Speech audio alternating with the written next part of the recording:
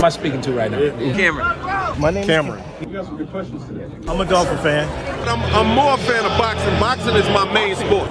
Is the promoter more of an advisor, or are you telling him what you want to do? Help me out in that relationship. You know what, I think people are starting to find out, finally, that boxing is just as much a business, just like the NFL, just like the NBA, just as much a business as it is a sport. You've been a leader. You've been a leader, okay. So you are lifting weights currently? It's not look like that. When he said it's easier to score in the NBA versus Europe, did you agree with them? To me, it's easy to score all over the world. Aaron, what has the game of baseball taught you? One of the biggest things is being humble, because you can go from one night, going 4 for 4, being on top of the world, and I can sit here and gloat and pump my chest and do this and that, and also guess what? The next night I'm 0 for 4. Can you give a message to the kids to kind of persevere through the false teachings they may be giving? Patience. Okay. Patience. You were adding some spice to it. Like you said, Pacific Northwest. So, I think it's a big part of my game. And every time I step on the floor, I just want to represent myself. You play this game and you don't not trying to win a championship, then why are you playing for? I'm happy for the Mariners. I'm happy Yeah, for the whole yeah, Kansas no, City. yeah, Ken, nobody. Go watch the tape. Go watch the tape, and then you tell me if it was all about just a system. And that person don't know football then. You look like a buffoon. Go do your research. Go do your study. Finish this one for me. Mister, before you let me go. I can't finish that one. What are some of the other things that you're doing to prepare for this fight, this rematch? Masturbating 7 times a day. Seven times? Only Damn, wow. Give me testosterone. Pump it up. Don't. Like sometimes people that talk a lot, they're really not saying anything. Hey man, thanks for making our voice your choice. You know how we do. What's good, fans? Happy New Year. I want to thank you guys for tuning in to the Voice of the Fans podcast. As you see, man, we've been around, we've been doing some things, and I just want to share some of that with you guys. And again, I appreciate you guys for tuning in to the Voice of the Fans podcast in 2023, believe it or not. It's 2023, man. The world doesn't stop for no one. Time doesn't stop for no one. So what you want to get done in your time frame, get it done. Because the world's not slowing down for you, fellas, ladies. It's not slowing down. This week, we're gonna do recap recap week 17 in the NFL. Talk about this week in history. Also going to look back in this week in the NBA. It has a lot of big things going on in the NBA, so we're going to talk about that as well. So again, get comfortable. I got the chat line open. Go ahead, hit us on Twitter @_Voice of the Fans, @_Voice of the Fans. On Twitter, if you want to be a part of the show, or log into YouTube and hit the chat. We're here for you. We want to participate. I need some participation. I don't have a guest host tonight, so I need you guys to participate in the show and let me know what you guys want to talk about or what you care to hear about. As always, fans, I want to give a shout out to the guys at HMB Media TV for doing their thing. Each and every week, they're posting new content. Some of it's clickbait. We got TPJ and Pavi on the wheels over there, so they're doing their thing over there. So make sure you guys check out the fellas at HMB Media TV. A couple different shows over there for you guys to check out. Some NBA content, more NFL content.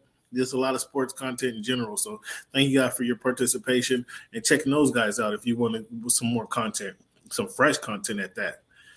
It's January 4, 2022.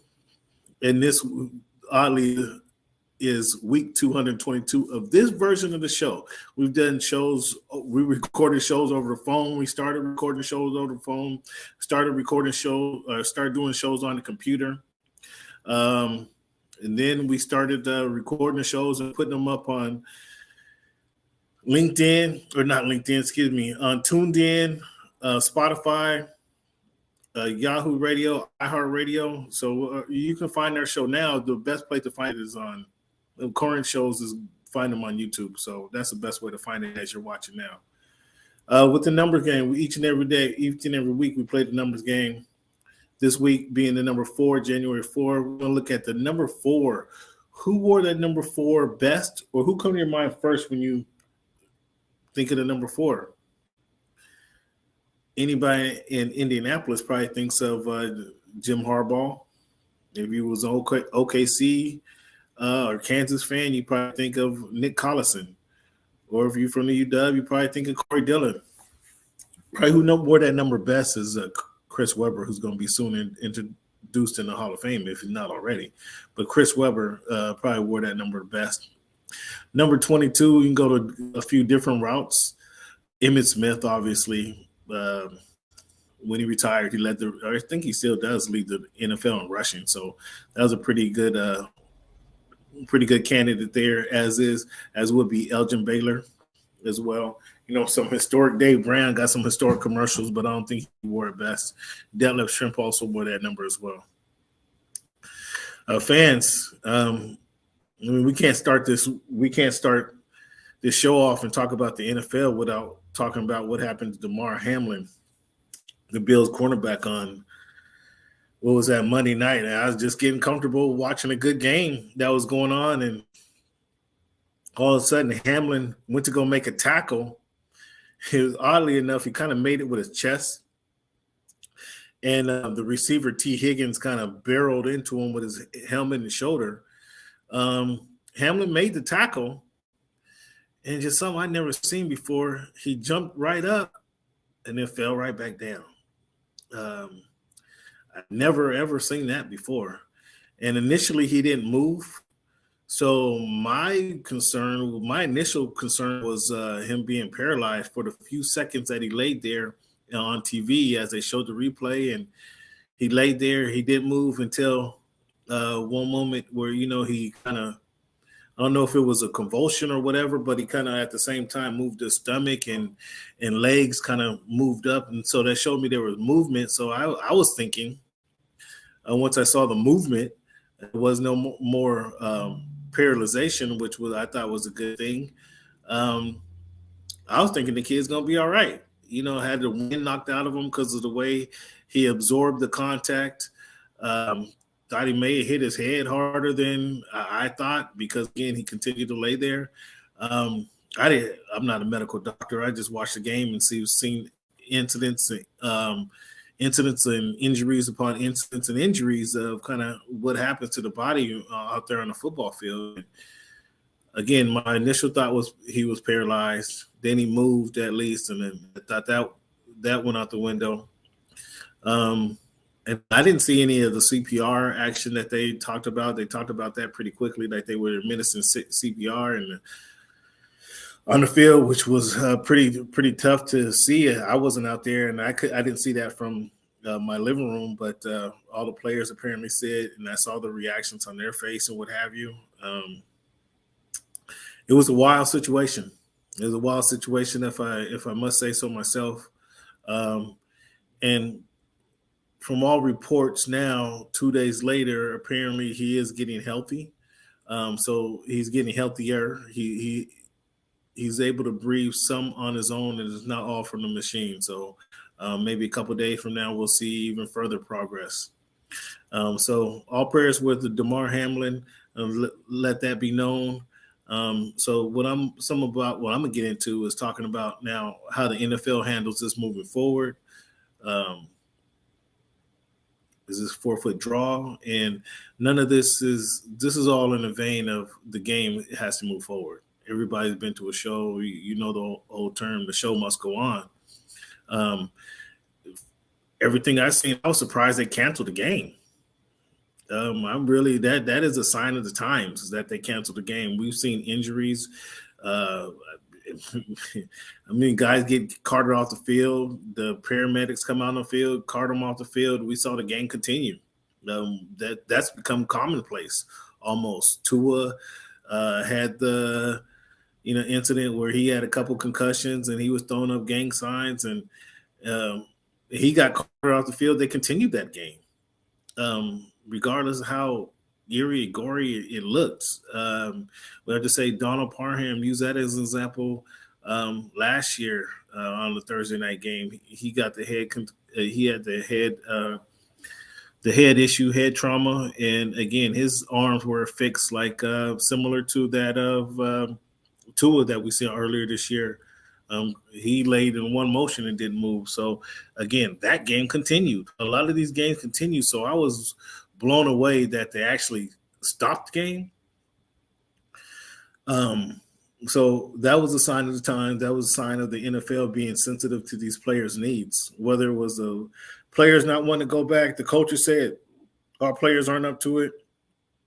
Whatever reason that was, that they didn't continue that game, that was a sign that all the NFL has been more sensitive to how these players are feeling, and to acknowledge that there's some trauma that these guys experience, even those who didn't get hurt.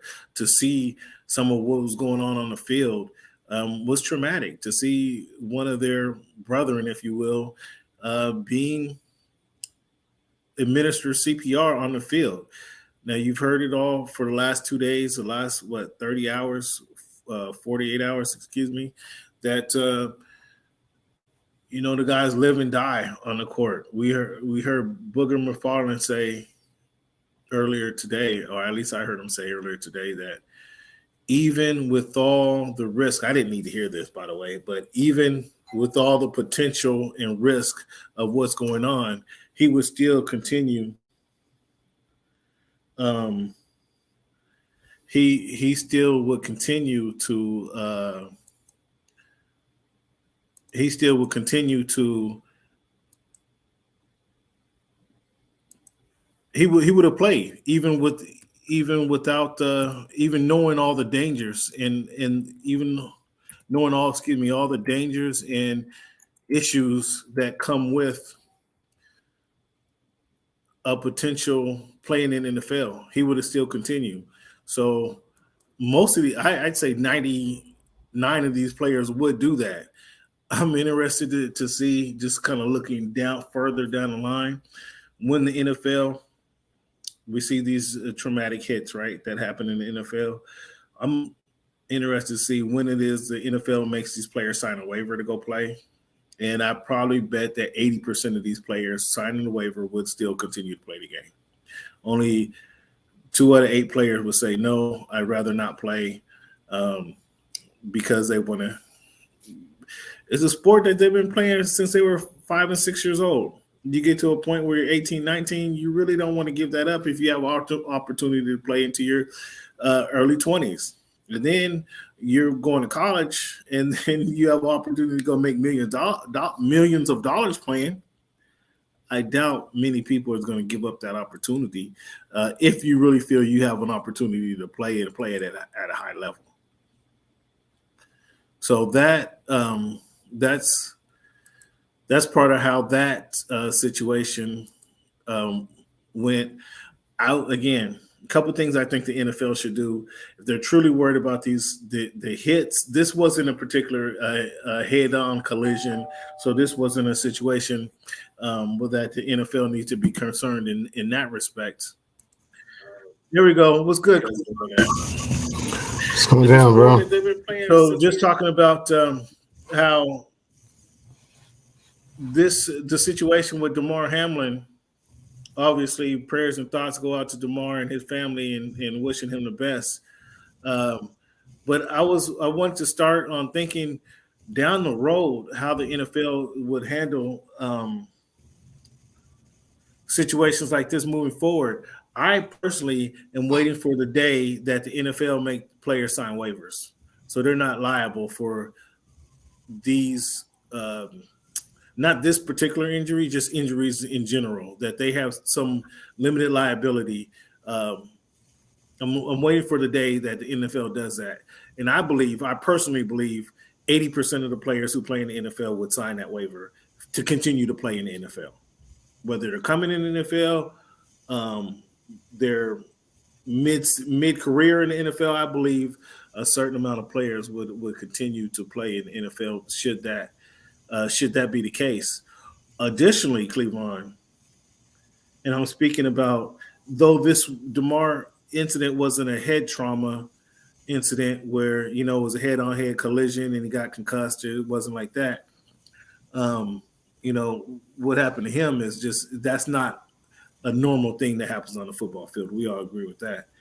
And I'm waiting for the day where they remove the helmets out the game.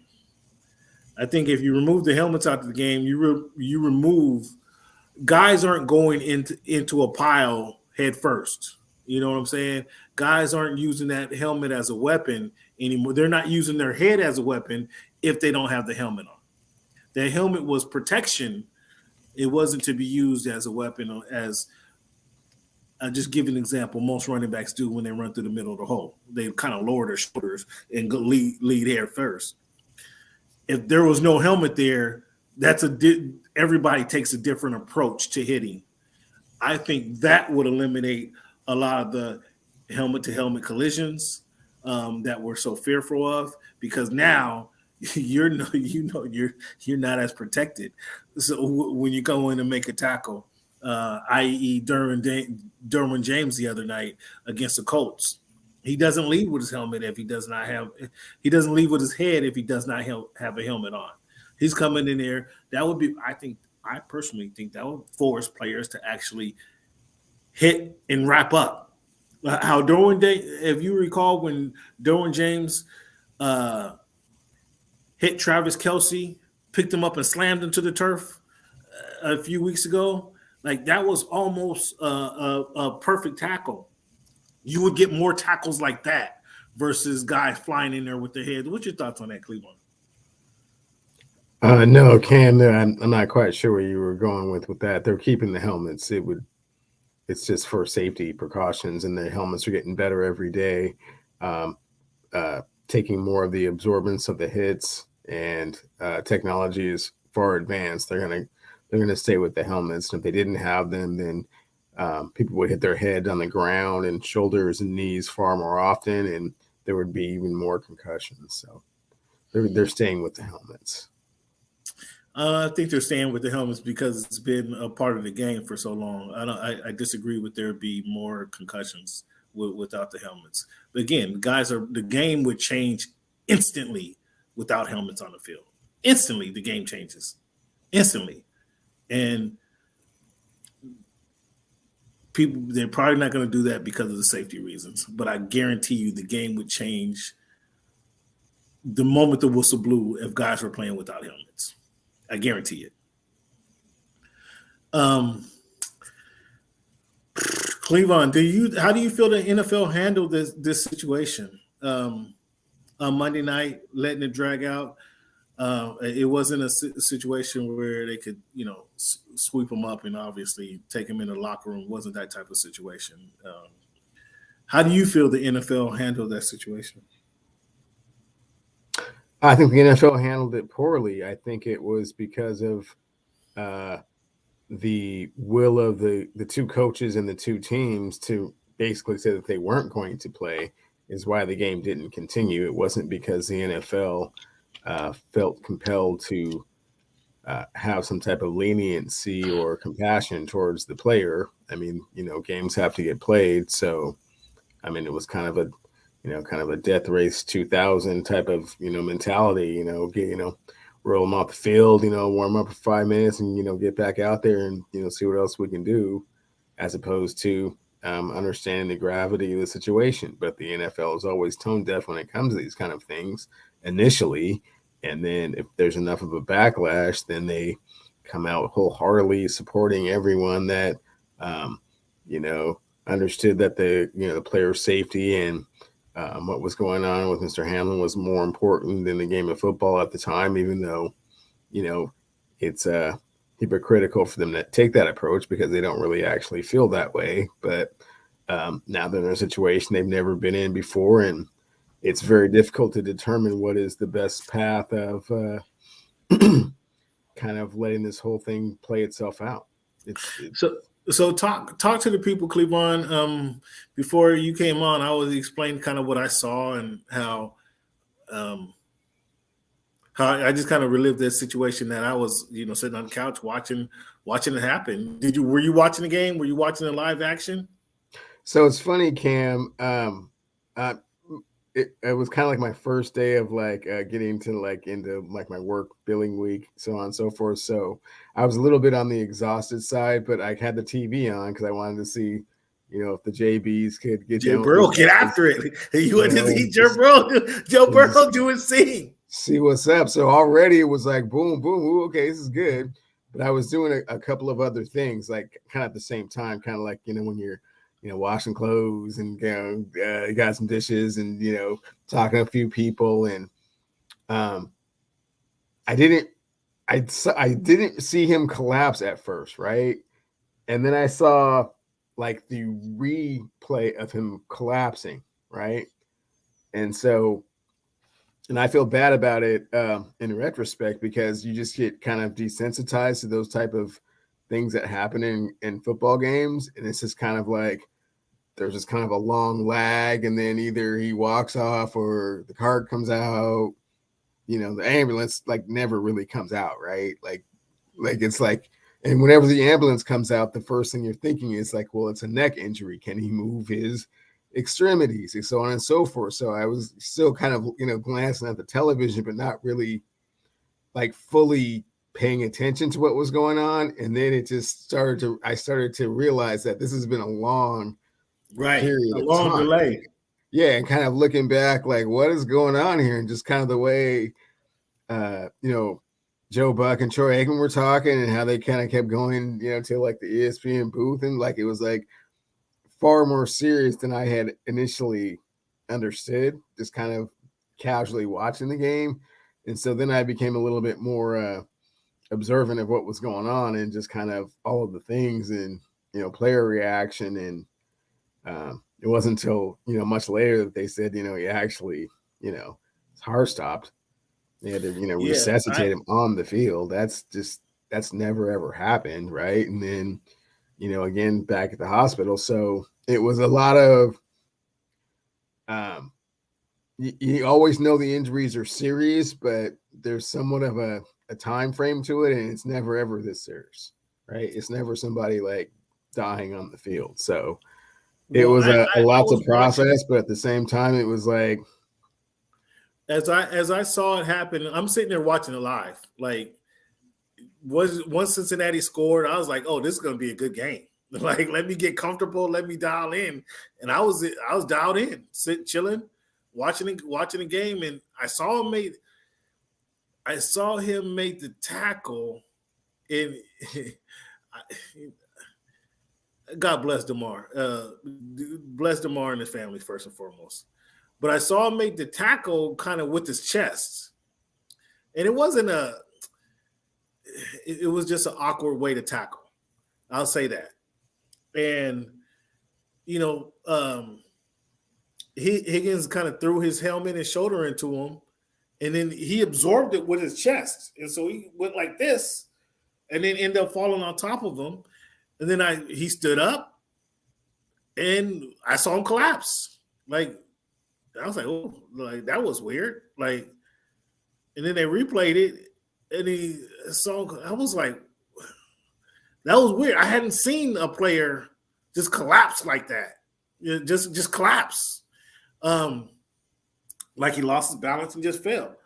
And then he laid there for a minute, and he didn't move. Like I didn't see, he wasn't moving.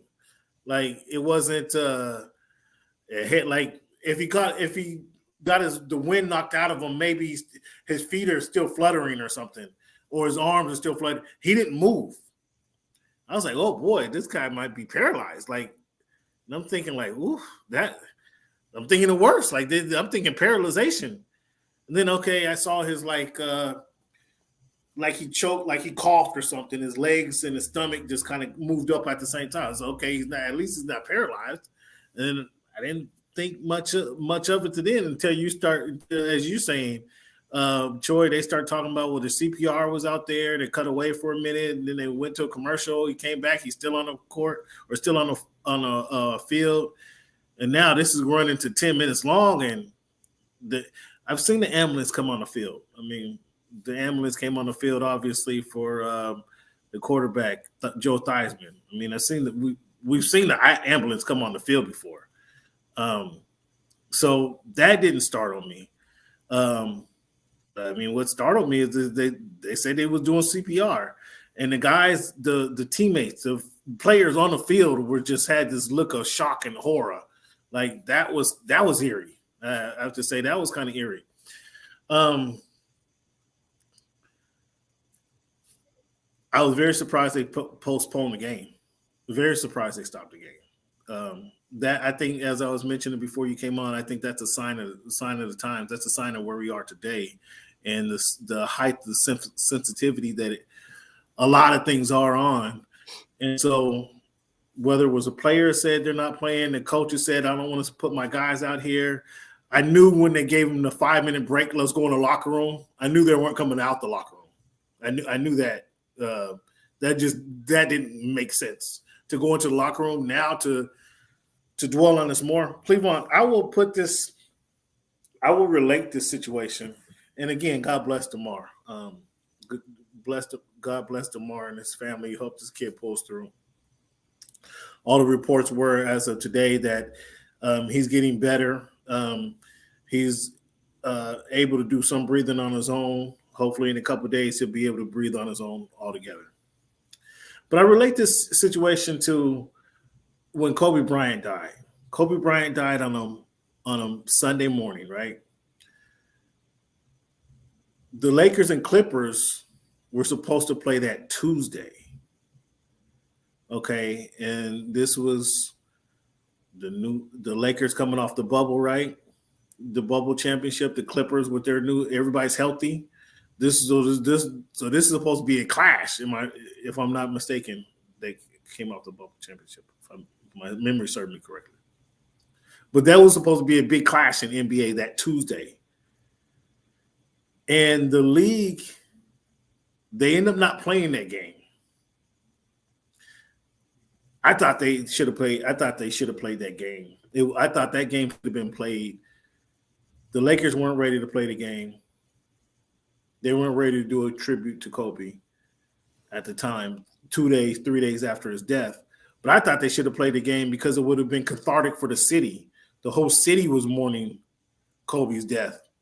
And now we gave them another 3 days to mourn Kobe's death. I thought they should have played that game. Just the two don't really compare, but I just thought they should have played the game. This is the only thing I can really relate this to, and that was a recent memory. Now that they postponed the game, they can't go back and play that game. You can't say Buffalo fly back to Cincinnati and play this game. Cincinnati, obviously, you can't say Cincinnati fly to Buffalo play the game. I think that's going to end up in a forfeit, draw or tie, however you want to see it. I say forfeit because there were points put up on the board. If you stop the game where it was at, Cincinnati was up. So you got to credit Cincinnati for at least being up. You got to give them credit for the game played, because if they started the game again, they'd start from the end of the first quarter in the rest of the game. So the Bengals would still get credit. So I say it was a forfeit because it was a Bills player that was not able, could, shouldn't, or wouldn't continue that game. Draw or tie, I don't think would be fair to the Bengals, who were ahead in the game when the game stopped. What's your thoughts on it? Those are a lot of interesting scenarios. I think what they'll end up ultimately doing is trying to find a way to kind of get that game in before the playoffs start, because they have an additional game on the schedule that they have to play next week, and there has to be some type of resolution or outcome to that game. It's just, there's not enough football games, to go around. This isn't like you just play a doubleheader in baseball, or right. Oh yeah, play back to back and hoop. I mean, I think because it's not full 7, at least no less than 5 days of rest, right? To do this, and having it be this late in the season there's just really nothing really to compare it to. And I don't really think that there is a fair resolution any ways it goes. To make them replay the game wouldn't be fair. To give them both credit for a victory or a loss or a tie wouldn't be fair, because now someone else gets an opportunity to be the number 1 seed. So I don't really have an answer to that question. And I don't really have a scenario that I think plays out where it's legitimate and everybody comes out unscathed. Someone's going to get somebody's gonna get. Yeah, the short end of the stick. I mean, whether it's Kansas City, who's sitting up there like, okay, well, you're just giving them both wins, or you give them both losses, you can't give them ties. both wins. I mean, you don't. And then there's obviously the humanistic approach to all of this, right? All of that is secondary given what has occurred, and so it can't be overlooked or overstated as to the magnitude of that situation. But that being said, there's just not enough time in the season or opportunity given the other teams that are going to be affected by it to legitimately say one way or another what the ultimate outcome should be. I honestly do not know. And I think the league is in a very vicarious position because they don't really know what's the fair thing to do either. If this was week 2, obviously you say, we'll play push this it out. Yeah. Yeah, we'll play this in the 8th week when they have a bye on, week 8 or week 9, whatever that bye week is. You move those around. Sure. We'll move things around. I get it. With it being so late in the season, and this is why this is the only conclusion I can come to. With it being so late in the season, like that game matters. Like I was really excited to watch the game. That game matters. It is critical to either the Bills maintaining home court advantage, the Bengals sneaking into the playoffs, the Chiefs with their home field advantages. It's a critical game, so it has to be a resolution to that game. And I don't see Buffalo flying to Cincinnati to play the game. It's totally unfair to ask Cincinnati to fly Buffalo to replay this game.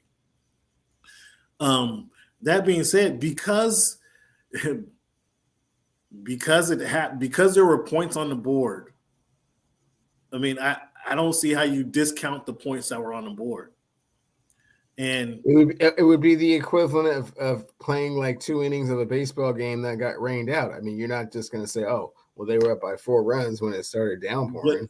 They were up 7-3 after the first quarter. It's not like if you start the game and don't finish it, whatever was happening when the game finished, and it's not even 3/4 of the way over. I mean, you can't just you can't just say we're going to shelve it and give them both. You can't just say, well, they were winning 7-3 at the end of the first quarter, so they get the win. I mean, that's not. They stopped the game. They postponed the game. But they postponed it again after the first quarter. Huh? Yeah.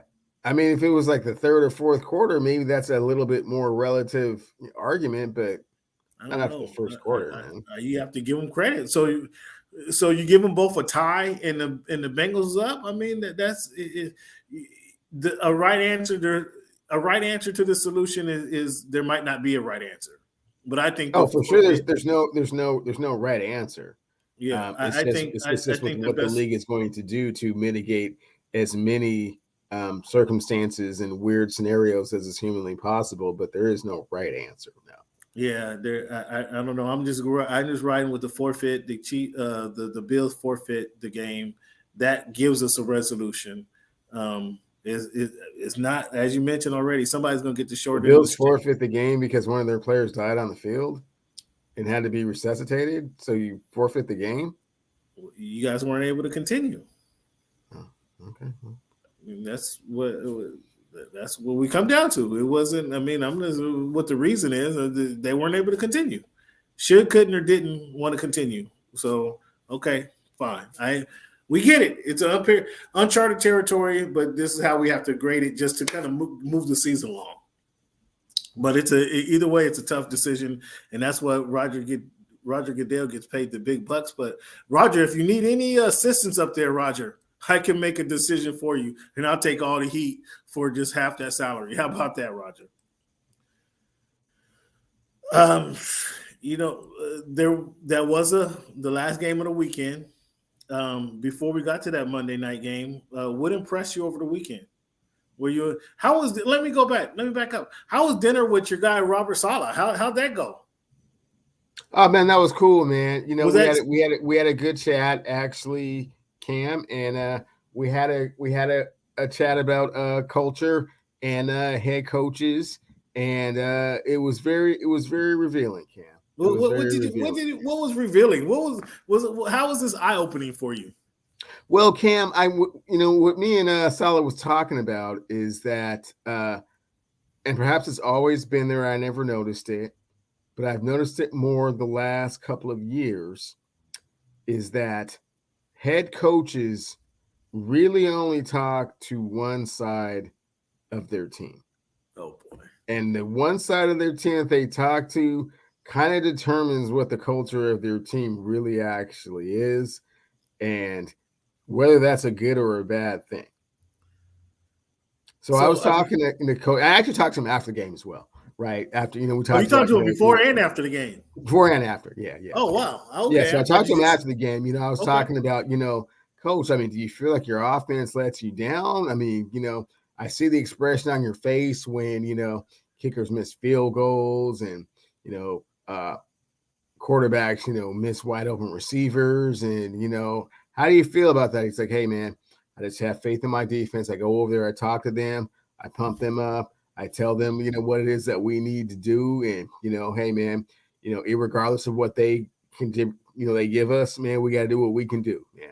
We got to play hard every play. And, that's how I approach that, and then I said, okay, well, what about like the coach of the Dolphins or the coach of the Chargers or, the coach of the Chiefs? Do you think that they feel that you have that same speech? He's like, no, man, they talk their offenses, they have those high powered offenses over there and they talk to those guys. And that's, that's the focal point of their, energies. That's where their bread gets buttered on that, on that side of the bun, but that's fine.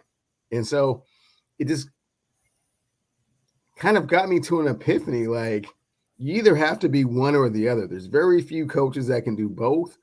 And hopefully the thing that you're good at is what your team is good at.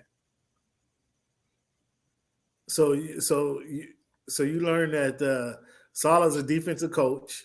He's a defensive coach, yeah. And he's hoping that he really doesn't know how to coach the offense. Is that what you're telling me?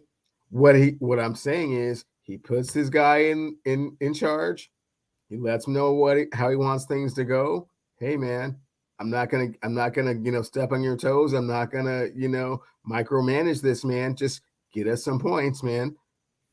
And unfortunately, the offensive coordinators is let him down significantly. So they're going to be replacing their offensive side of the ball, is basically what you're telling. Probably more likely than not, yes. Given what they were able to do on the defensive side of the ball, and given where the emphasis and the most exposure is for Salah. Okay, very interesting. So the Packers stay alive in the playoff race. Was that impressive to you, or what was most impressive to you over the weekend? Yeah. They beat the Vikings down badly. They made him seem like, yeah, man, we're you caught us early when we was out of shape, man. We've been running them 400s for a couple of weeks now, man. We're back in shape now. So what's up? And just punched them in their face real hard, and they fell down and started crying. It was kind of embarrassing, really. Yeah, it was. But I think we see more of that here in the coming weeks from the Vikings. The Giants get a win and secure their playoff berth. They get a win over the Colts. What's your thoughts on the Giants? Took care of business. The Colts aren't very good. So, they took care of business, but I'm not going to put too much into that. They did what they were supposed to do. So the Chargers beating down the defending champs, you're going to say the same thing as well? Excuse me? The Chargers beating down the defending champs, you're going to say they did what they're supposed to do too? Kind of, sort of, don't you think? The Rams. Is that who you're talking about? I know she say the team out loud because you wanted to make it sound more important.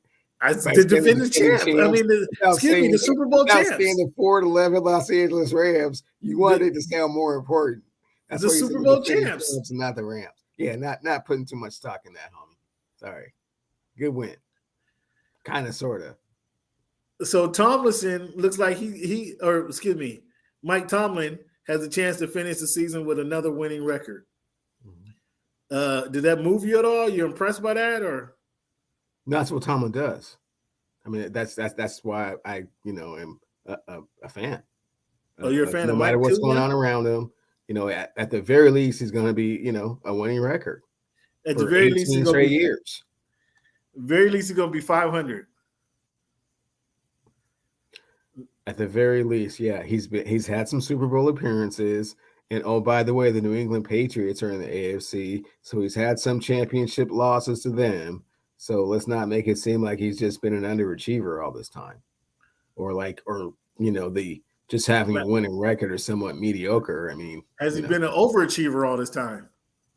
No, I don't think so. Okay, Brady and Evans turned back the clock on last weekend against the Panthers. I mean, it would have been ashamed of themselves to give up 200 yards receiving to Mike Evans. Like, it should have been ashamed of itself. Oddly, in another fantasy football league, the man who didn't start Mike Evans was playing against the guy who started Tom Brady. In each one of those points that Mike Evans would have scored, would have gave him the championship. Mm-hmm. But he was on the bench. Yeah. That was kind of painful. Yeah, that was painful to watch. All right, now this is one that you should. I'm interested. The fans are interested to know how you feel about this one. Mm-hmm. Is starting 8-3 better than finishing 5-8? Would you rather have Brian Flores' start down in the 305 or Mike McDaniel start down in the 305? It's better to start 8-3. Yeah, okay. That's what I thought. That's what Mike McDaniel started 8-3 this year, as opposed to your boy Brian Flores starting 1-8 and then trying to finishing off the year strong. I figured you go with Brian Flores. Well, no, I mean it's funny that you're gonna end up with the exact same record for different reasons, but of course you would rather have some type of functionality in the beginning that you can continue to ride, adverse trying to find yourself, and then once you find yourself, okay, well that's phenomenal, but yeah, you'd rather start out the front runner for sure. Does Carson Wentz start another game in the NFL? Probably. You think? Maybe just one more. I mean, I don't know how many more after this season. He doesn't start anymore, but maybe start. That's my question. He doesn't start. He's not starting. He's being benched for the third string quarterback this week. Oh well, then yeah. We're done. We're done with Prince Harry. He's done. He's done. Yeah. So is a MVP award, is that going to Patrick Mahomes or Jalen Hurts this year? It's going to Patrick Mahomes. The one game Jalen sat out hurts him that much? 2 games. Yeah, he did sit out 2 games. Who's your coach of the year? Don't say Pete Carroll. My coach of the year. That's kind of a tough one, Cam. Is it really? It's kind of a tough one, but you have to go with the Eagles head coach. What about Dayball getting the Giants in the playoffs? Yeah. Soriani, I don't disagree with you. So the better win this week, was it the Saints beating the Eagles or the Hawks beating the Jets? Hawks beating the Jets was a better win for sure. Where do you put the Packers beating the Vikings? That was excellent. It showed that, like I'm saying, Packers getting kind of in shape, kind of starting to understand what they can do and can't do, and how to mess teams up, catching their second wing. Ravens lose to the Steelers. Did that mean anything to the Ravens? No. Mm-mm. Okay. Well, this week, Cleavon, in our pick segment, let me pull this up so you can see what's going on here.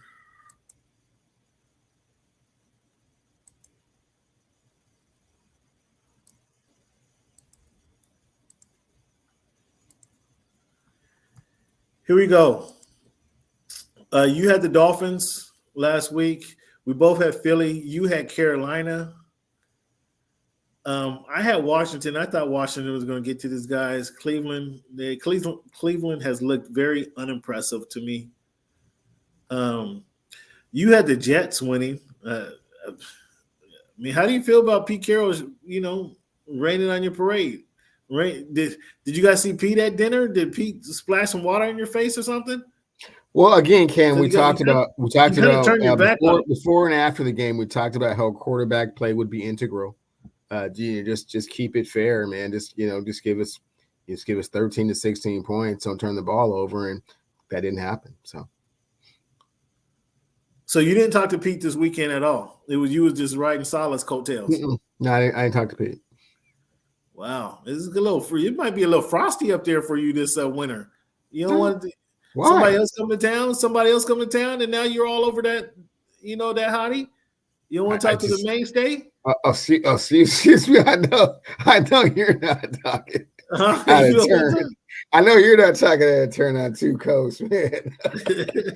I know you're not talking out of turn. I didn't say nothing bad about Pete. I just said I respect what Salah's, doing and developing over there in NYC. That's all. I had Baltimore over Pittsburgh. Pittsburgh squeak one out, man. Pittsburgh squeak one out. None of my picks were correct in the picks against the spread. Clearly, actually, one of them was, not what do they call it? Undecided, if you will.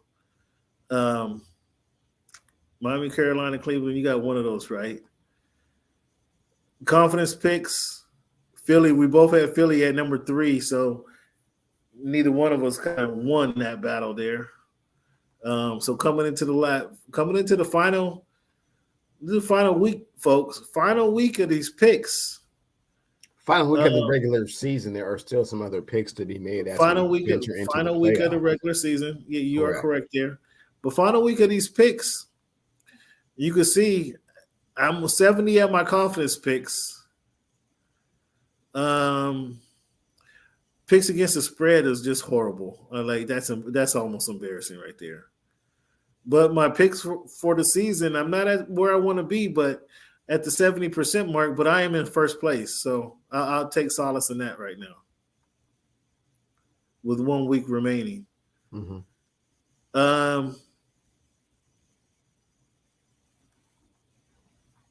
I didn't change this. I didn't change that, huh? To actually this week's picks. Let me stick this week's picks in there real quick, Cleveland.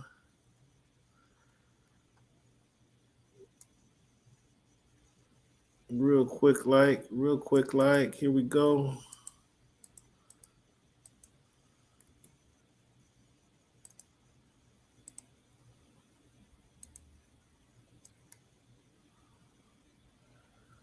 All right, so this week. Hey, Ken, can we start with that first game? What about it? Can we? I can't see. You moved it down so it's not in view. Can you put it back in view? Yeah, we'll get there. We'll get there. I just wanted to. Okay. I just didn't make these picks. I just thought I saw something. I'm sure I didn't see it correctly. No, I'm just waiting for you to get it into focus and whatnot. You all see it together. You saw it correctly. I just want to get these. I just want to get these picks in here real quick. Or excuse me. I just need to get these picks in there. This is something I should have done earlier, fans. I'm sorry, but you guys get to see how the pudding is made here. So here we go. These picks for this week coming up. Yeah, I got the Jets over the Dolphins. Wow. I thought the Dolphins were your childhood team. They are, and I hate for almost Jets 40+ years, and you really felt like a kinship to what was going on over there, the culture movement over there and whatnot. And now, when they need you the most, you're just out in the cold. No, these are picks. In the cold. We make picks every week, and I don't have zero confidence in the Dolphins beating the Jets this week. Zero. So our quarterback. Teddy Bridgewater is not who I thought he was, and we can't catch a cold right now. So we're not going to win this game. Wow. So I have the Jets winning. So not I going got down with the KC. ship. Okay. I got So Jacksonville let's beating. see how you feel about the Chargers coming up a little bit later. But go ahead. Where were we at? I got Jacksonville beating Tennessee. Okay, yeah, I got King Henry in that. Okay, cool. I mean, King Henry, his reign is likely over. To be honest with you, I got New Orleans over Carolina. Both that's a stinker. We got two stinkers in here. We got Houston against the Colts is stinker, and we got New Orleans versus Carolina is another stinker in the building. Pittsburgh versus the Browns, that's only good because it's going to be a division rivalry there. But I got New Orleans over the Panthers. I just don't have no faith. So you copy my homework on everything else. That's cool. I see that. My picks were in before yours. Okay, you copy my homework on everything else. Okay. I mean, the Chargers over the Broncos, is that a contest? I mean, come on now. That's not even a contest. Here's our picks against the spread. I got the Jets, Tampa Bay, and Houston beating the spread. My confidence picks: Philly, the Chargers, Minnesota. I didn't know where to stick Minnesota this week, and then KC and San Fran. And we got some of the same teams, with just different places. I don't have no Green Bay. I can't put Green Bay over the Lions. I don't got no confidence in that. So it'll be interesting to see how this week plays out. Obviously, we have the final game, and I hate to even think about it in a selfish type way, but with them not finishing the Bengals game, our fantasy football league is kind of on hold right now. So we got to think of kind of how we handle that if the game doesn't actually get played, which I don't think the game's going to get played, but we'll see how things go. Moving on to the NBA, man. The Brooklyn Nets, they still on fire. We've been talking about 3 weeks in a row now, and they won 12 in a row. The Brooklyn Nets has. What's your thoughts on the Brooklyn Nets? Looking like the NBA championship team that I predicted earlier in the season. Playing great, a well-oiled machine. I believe that the schedule has been very favorable for them, and so far for these 12 games, they have kept it all about basketball. How's the schedule been favorable for them? They played the whole league twice. I believe mostly Eastern Conference teams, if you really look at it. So. Okay, so the OKC routes an Eastern Conference team. Do you give without Shai Gilgeous-Alexander? What do you have to say about that one? Put up 150 on. Nothing really. You try to take credit away from the Nets for beating the Eastern Conference team. You just said it, and now I give you OKC beats the Eastern Conference team, and nothing. It's the same thing. I mean, it's the Eastern Conference team. Great, you beat up on some Eastern Conference teams. Charlotte, the Wizards, the Orlando Magic. No, I said Boston Celtics. I said Boston Celtics, the reigning Eastern Conference champions. Oh man, Boston was tired that game. Come on, man, cut that out. Boston is 7. They lost 7 of the last 12 games. They've been tired the last 2 weeks. I mean, maybe so. It's hard being at the top there for a minute. Talking about somebody at the top, has his game become commonplace? Where you're not even surprised when he puts up 55 points or 34, 14, and 19. Are you not even surprised when he does stuff like this? No, he's a basketball god. You can't be surprised about it. He's won the 75. He's got a chip. He's proven that he can perform at the highest level with the most at stake. So, yeah, it's become commonplace. He's in the pantheon. So, Cleveland, I asked you this earlier in the season. So, it's November, we're 2 months into the season. So, maybe last month I asked you this question. I'm going to ask you again. Are we in the golden era of the NBA? The players today are more athletic. That's undeniable. The scoring is way up. the stats are way up. An example of the scoring and the stats being way up, we've had in 2018, there were 50 to this point in the season, there were 58 times the players went for 40-point games. This year, just 5 years since, 88 players have went for, or 88 times the players went over 40 points. What did that say to you about the NBA? You know, Cam, not a lot. I think one of the barometers that you can use, and I would encourage you to use this. Think about what the Olympic team looks like with this era of players adverse, say, 2004 or 2008. Help me out. I don't understand your point. So in that era, you would have a LeBron, you would have a Kobe, you would have a Tim, you would have a D Wade, you would have a Shaquille O'Neal. Adverse, who are the players that you're referring to? No, I don't understand the point that you're making. I don't. So that would be more of a golden age in comparison to what you're talking about. Yeah, sure, the scoring is up because you can't play defense, you can't touch anybody. They shoot from further away more often, so yeah, so the scoring is up. They're much more athletic, which is great, and they come to the league earlier and get acclimated to how the NBA is played. So sure, the players are better from that perspective. But are they really players that you can like hang your hat on, like depend on to do anything when it really counts? I mean, I don't think that list of players is very high. You're not counting on Giannis to do anything? You're not counting on Jokic to do anything when the time matters? Giannis has won a championship. Joker has not been to the NBA Finals yet. So you're saying you're not counting on Giannis? Or excuse me, you're not counting on Joker to do anything. You're not counting on that guy.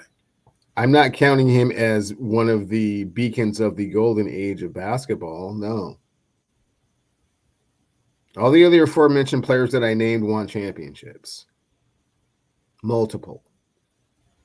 Okay, so now you're just looking at it as the guys who've won championships they played in the golden age. Not really. I mean, one of those players is about to break the scoring record that's been held for 30 years. One of the players I named was the greatest power forward that's ever played basketball. One of the players that I named is Michael Jordan. Tim Duncan won his championship in 1999. Tim Duncan won his championship in 1999. He's got 5 championships, Cam. Who are you talking about in this golden age of basketball that's so special? Again, Giannis has got 1 ring. Steph okay. Curry? Steph Curry won 5 of them. Does Steph Curry have 5 championships? Does Steph Curry have 5 championships? Did he just won last year? No, he doesn't have 5. Oh, excuse me. He has 4. He has 4. Okay. Excuse me. He has as much as your guy LeBron. So one less than Kobe. Okay. That's cool. Same as LeBron. Okay. So there's 1. So you're just in this golden age, and he's not even in the prime of his career right now. He's not even in the prime of his career right now. You just want to say they can't be in the golden era. This can't be the golden age of basketball because who doesn't have championship? Steph Curry don't count as championships. Giannis doesn't have championships. He's got Giannis 1. doesn't have championships. Giannis doesn't have MVPs. So so you're starting with Steph and Giannis, and I'm countering with LeBron and D Wade. Is that how this is working? I don't understand what you're trying to say. No, this can't be the golden era because these guys don't have championships. You're saying LeBron has multiple championships. I'm not clear how. Not only am I saying that they don't have championships, I'm saying they're not better basketball players. Then D Wade? You're putting D Wade in that category? I'm putting D Wade as the 3rd greatest shooting guard in the history of basketball. Who you got in front of him? Oh my goodness! I got Kobe. I got Kobe, and D Wade. He got 72 whistles in the 2006 championship. How does your list go? My list goes Mike, Kobe, and then D Wade. How's your list go? Ray Allen. Have you heard of Ray Allen before? Oh, so Ray Allen's a better two. I guess he don't have championships either, huh? I guess he wasn't critical to winning the championship either. He's got 1. I guess he was. That didn't mean anything. him cashing in for LeBron didn't mean anything to you. Is that what you're going to tell me now? I'm not putting him to have a D Wade in the shooting guard category. Why? Because he didn't get all those whistles in the NBA Finals. Come on, cut it out. Cut it out. Okay, so that's what made D Wade. Yeah. Right. Whenever we get to basketball, you get on a little bit of thin ice, man. Tell me what makes D Wade better than Ray Allen. You kind of stay in your lane a tad bit. You're making comparisons between D Wade better than Ray Allen. Making comparisons between D Wade and Ray Allen. He's a far better defensive player. He's far more athletic, and he's more accomplished as a basketball player. Oh, cut it out. Yeah, he's not. Okay. He's done. He's on. He played. They won one championship apiece. He happened to win his before playing with LeBron. That's it. And he got the. You're not going to tell me those whistles weren't generous in his first championship. You with Shaq, by the way. You're not going to tell me that those weren't generous whistles. Man, are you going to not? He got more whistles. I'm not even going to get into an argument. I am not going to get into an argument with you about who's a better shooting guard. That tells me a lot that you don't want to have that conversation. That's a lot about you, really. That tells me a lot that you don't want to have that conversation. No, because that's not even a conversation. But the mere fact that you would even think it is a conversation is laughable. Okay, there you go again. Don't say something that you're gonna get caught on a recorder. It's on the recording. Did you see Dirk's statue last week? Did I ask you about a statue? I don't think I asked you about a statue. Did you I think we said that it was not very flattering, but that's about all that we said about it. So what's caught your eye this season? What's been more impressive, I should say, this season? Is it Luka's 34 points, or you might tell me that his points don't matter? His 34.3 points a game don't matter because he hasn't won a championship. Is his 34.3 points per game, which leads the league, by the way, or Harden's 11 assists, Jaren Jackson's 3.2 blocks per game? What's more impressive so far this season? Oh, the way Luka's been able to do his thing has been more impressive. Oh, you're actually giving Luka some credit. Wow. I am giving Luka some regular season credit on January the 4th, for sure. Surprise, fans. See, Oh my goodness. Yeah.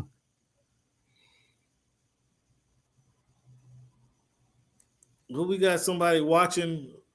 What's good? What's good from the Philippines? What's good? Thanks for tuning in. We got Snowman Multimedia. What's good with you? What's good with you? What's good? Somebody settle this debate, D Wade and Ray Allen, please. This is somebody. First one to chime in wins. All right, Cleavon, before we move, we're going to go right into our This Week in History, unless you want to take a moment. You good? Let's go into our history here. All right, before that, we got this here. Fans have been clamoring. Who am I speaking to right now? Cameron. My name's Cameron. You got some good questions today. I'm a Dolphin fan. I'm more a fan of boxing. Boxing is my main sport. Is the promoter more of an advisor, or are you telling him what you want to do? Help me out in that relationship. You know what, I think people are starting to find out finally that boxing is just as much a business, just like the NFL, just like the NBA, just as much a business as it is a sport. You've been a leader. You've been a leader, okay. So you are lifting weights currently? It's not like that. When he said it's easier to score in the NBA versus Europe, did you agree with them? To me, it's easy to score all over the world. Aaron, what has the game of baseball taught you? One of the biggest things is being humble, because you can go from one night, going 4 for 4, being on top of the world, and I can sit here and gloat and pump my chest and do this and that, and also guess what? The next night I'm 0 for 4. Can you give a message to the kids to kind of persevere through the false teachings they may be giving? Patience. Okay. Patience. Come on, you were adding some spice to it. Like you said, Pacific Northwest. So, I think it's a big part of my game. And every time I step on the floor, I just want to represent myself. You play this game and you don't turn to win a championship, then why are you playing for?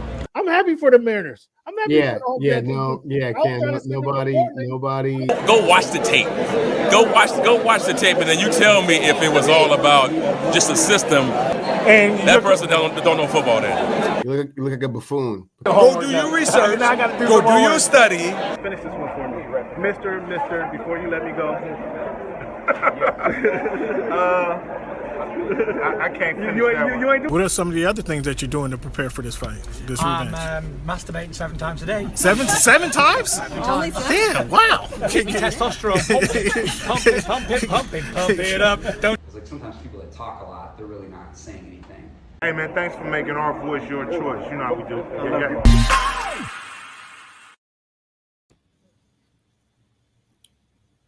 Yeah. We had to go back to the drawing board, tighten it up a little bit. What you think, Cleveland? What's your initial thoughts?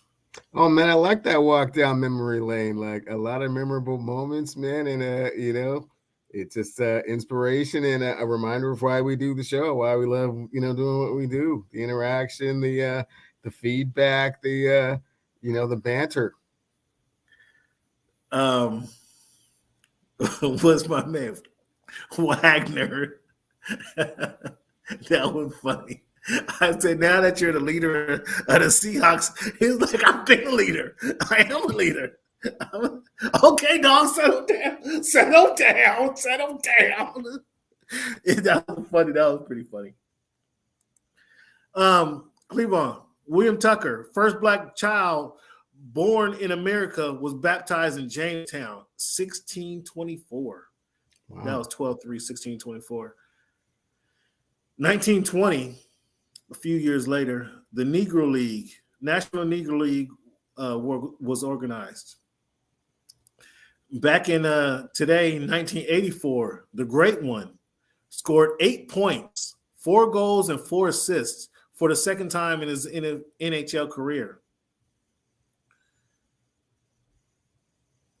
1999, January 4th, former professional wrestler Jesse the Body Ventura was sworn in as the Minnesota's 37th governor, which started all this crazy stuff, actors and stuff. Well, I guess it didn't even start it because Ronald Reagan was an actor, so he just fall in line. And then 2007, January 4th, Tony Dungy and Lovie Smith became the first African-American head coaches to play and coach in the Super Bowl. Dungy's team obviously won that one. Cleveland, back to the NFL, man. How do you think this Hamlin injury open things? Does this Hamlin injury open things up for the NFLPA to renegotiate their deal, i.e., their extensions on it, their extended insurance extensions, family medical plans, guaranteed contracts? Do you think this is an opening for the players to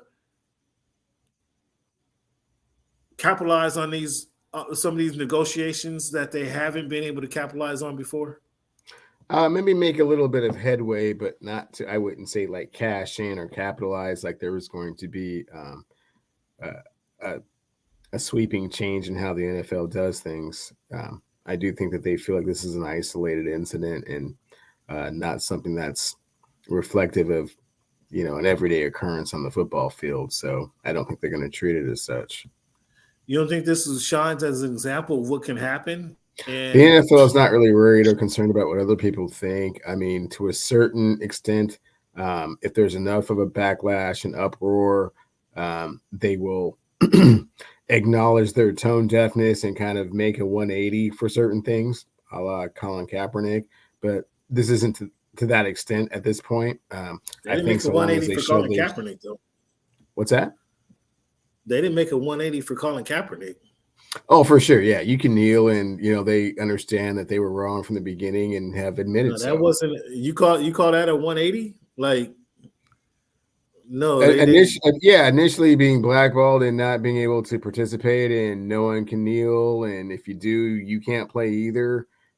To a point where they understand what the rest of the country was feeling and thinking, and no, that was all. That was in response to. That was you're missing my point here, my dude. You're missing my point here. There is no point you're making. My point is that the NFL only responds when there's enough of a backlash, and there hasn't been enough of a backlash. So their tone deafness does not have to be addressed at this point, is what I'm trying to say. Their tone deafness does have. If the NFL had their way, they would have been on the field 5 minutes after the ambulance left. Well, I'm stunned that they didn't. I'm not gonna say stunned. I knew once they went back in the locker room, they weren't coming out. So I'm surprised I'm still surprised that the game didn't go on. You should be more surprised they didn't make them come back out and play the game. And the only reason that they didn't is because they understood how the media and the social environment was going to react if they did that. That's the only reason that they didn't do it. So with that being said, meaning that they reacted to the sensitivity of the issue, I think this is a time when NFLPA needs to, and not only the sensitivity of the issue, the gravity of the situation, they actually put a person's life in front of the actual juggernaut that is the NFL, which is hard to do. Put one person in front of, That's what I'm saying. Because they slowed down, because they slowed the train down. Like when the players went in strike in the bubble, when they said they weren't going to play against Milwaukee. I forget who Milwaukee played, but Milwaukee said we're not playing tonight in the bubble. Oh, the rest of the NBA had to follow suit. That was their time, the NBA's time, or the players' time to demand anything they wanted. That was their time to demand, because the NFL or the NBA at that time, at that moment, had brought all the resources together to play in the bubble. And then they had another incident happen, and they said they're not going to play. Okay, you're not going to play tonight? Fine. You're not going to play tomorrow night? Cool. That was their chance. I think that was their chance to. Yeah, as I'm saying, that's not an apples to apples comparison, because Why they not? play so many more games, and so making up games that they don't. Because making up games that they don't, because they can make up games that they don't play. You can't make up football games you don't play. No, that I don't know I don't know where you're going with that. That was the excuse me.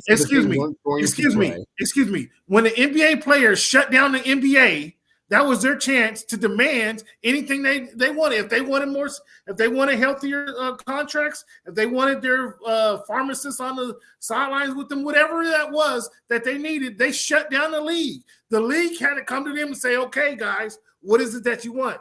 And then they took a couple of days. They talked to Obama. Chris Paul talked to Obama. They said, let's go. We'll go back and play. They didn't get their money's worth from shutting down the league. Now that the NFL has stopped,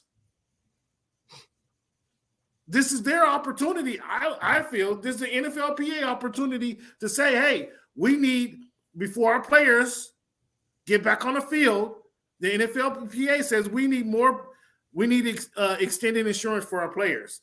As an example, this was an example of what can happen. We need to get better medical plans. We need guaranteed contracts.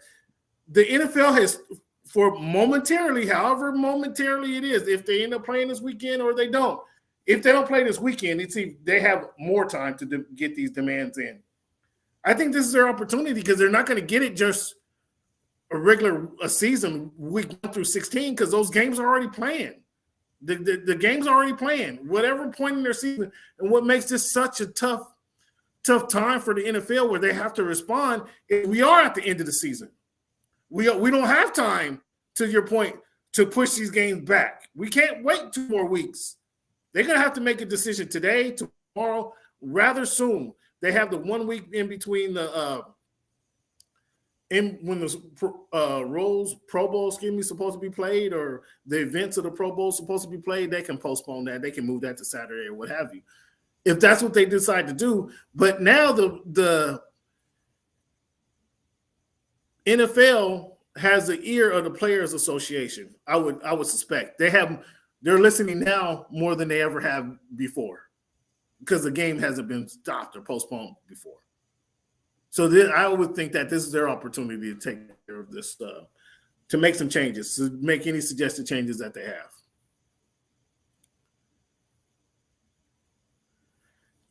What do you think about the bowl games? Are you still a fan of the transfer portal? I'm not a fan of the transfer portal. I do agree. I think there needs to be more rules to it. I think I don't like it when you can transfer in your freshman and sophomore year without sitting out. I don't like it when you don't have like a legitimate reason for transferring other than someone else came in and you may not start next year. I mean, I feel like a few more parameters need to be put on the transfer portal and the rules. I'm cool with the fact you don't have to sit out. That's great. But there has to be more to it than that. So just like the coaches are essentially have free agency, the coach from Michigan, just throwing out, the coach from Rhode Island can end up being the coach at Stanford, and then he can leave and go to UW if he wanted to, and then he can leave from there and go to University of Miami if they're offering him a job. That is the only reason I think the players should be able to have the leeway to move to different schools. I don't think the transfer portal sets you up for reality. And that's a 50-year-old thinking. Today's reality is a little different in the fact that people do leave jobs and go to different companies, at the drop of a hat, whether it be for more money, better insurance policies, closer to home, whatever that case may be. And then some of what the Gen X has showed us that they don't have to, you can stay at home and make money. You don't have to actually get in car, commute, and go put in 40 hours somewhere to make a living. You can do that from home in various ways. So in that sense, things are a little different, and I get it. However, the transfer portal, it doesn't show the stick-to-itiveness that you were learning going to college or playing for a team, or somebody comes on your team and takes your spot, or you fight back for that position. It shows you, okay, I just go somewhere else. It's not that easy in real life. You just don't just go somewhere else and enjoy the same fruits that you've been enjoying before. That's the thing I have against the transfer portal. However, we're going to see some players that's playing next Monday night that's been a part of the transfer portal, and they've shown where the transfer portal can work for you. Who you have, Georgia TCU on Monday night? Georgia.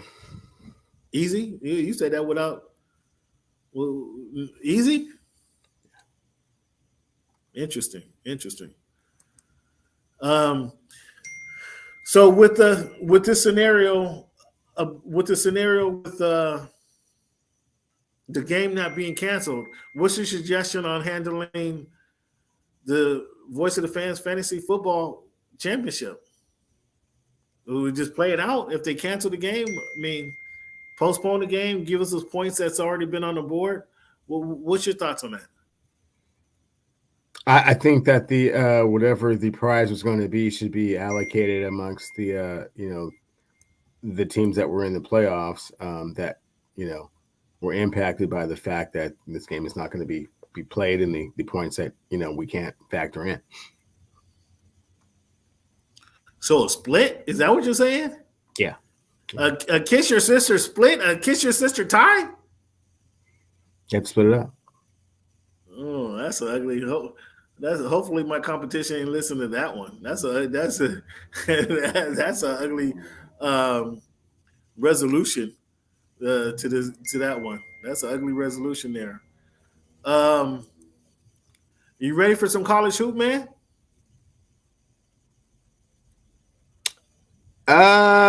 Yeah. What's the UW? What's the UW doing this year? We ain't talking about the UW. That you say college hoop. Yeah. What UW don't play college hoop? They don't play at the Heck Ed no more. Not this season. They're not. No. Oh wow. Okay. No, I mean college hoop. I mean we get into the swing of it. Nobody really standing out like must see TV. The big center at Purdue. I mean he is 7'2", 7'3". So I mean that's kind of must see TV. He's pretty fluid and pretty coordinated. So he's going to do some things at the next level. Is he going to be better than the center at Gonzaga? Better than Timmy? Oh yeah. Or you think better than Chet? Timmy. Oh, he'll be better. Yeah, he's 6 inches taller than Timmy. I mean, Timmy got low post moves though. Yeah, that's cool, but he's 6 inches taller than him. Who is Timmy gonna be like? Who is Timmy gonna be like at the next level? Does he make the next level? Timmy's gonna have a little bit of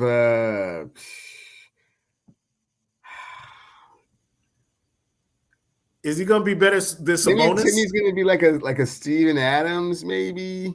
He's not Steven Adams. He don't rebound like Timmy's Adams. Gonna be a little bit. Is he gonna be better than Sabonis in Sacramento? No. He's gonna be better than an All-Star. Come on, man, you're kidding, right? I mean, if Sabonis makes it, I don't even know if I'll give him like Valanciunas. I don't even think he's gonna be that good, man. Timmy's not. Timmy's he's a college limited, player. Huh? Limited. Yeah, he's limited. Would you call him a college player? He's a good college player. Oh, okay. We'll it'll see. It'll be hard to bring that game to the pros. A low post game? When nobody playing low post anymore? You're playing low post. He's not a big guy, man. He's not big. I mean, there's a reason he's still at Gonzaga. He's 6'10", 6'9". Well, yeah, because he's a senior. I mean, you got a point there. We'll see how it transpires. We got a point there that the reason he's still a senior at Gonzaga. Okay, I thought Timmy was going to be his low post game. I mean, his low post feet work.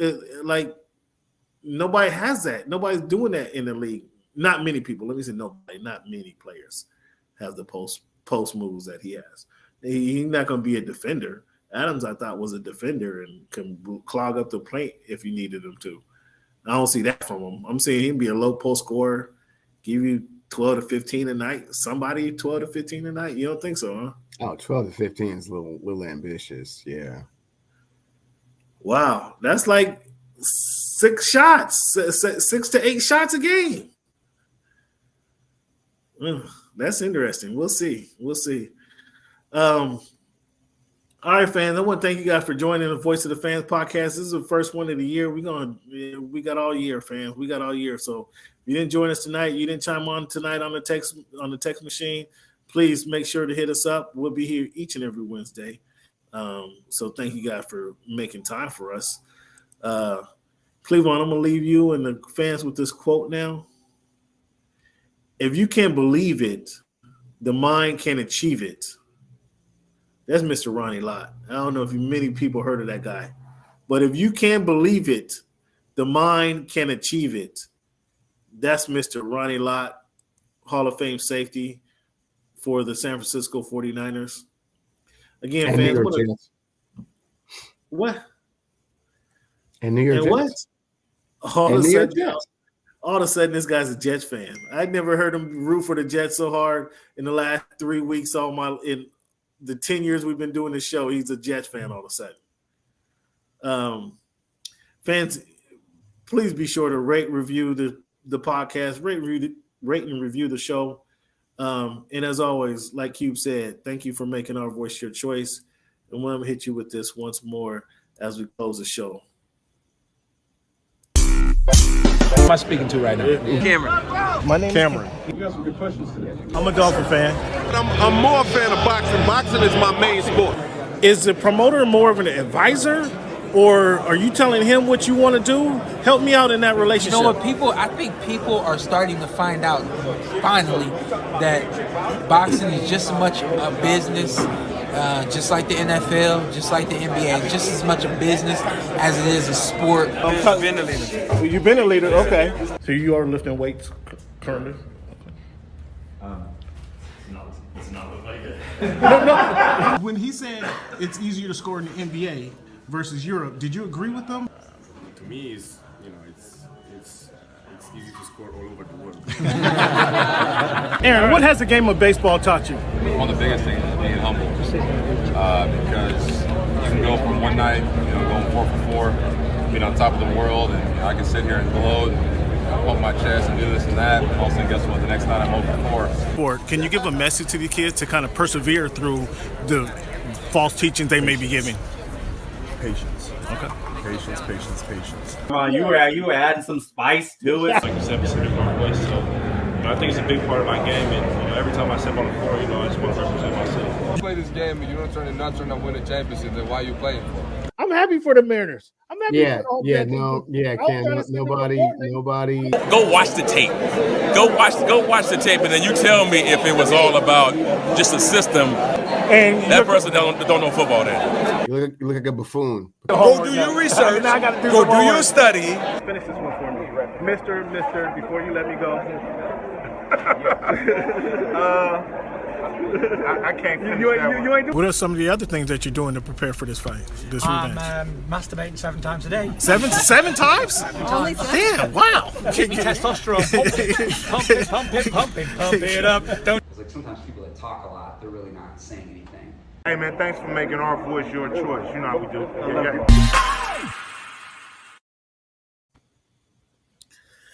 All right, Mr. Cleveland, I want to thank you, man. Let the people know where they can find you.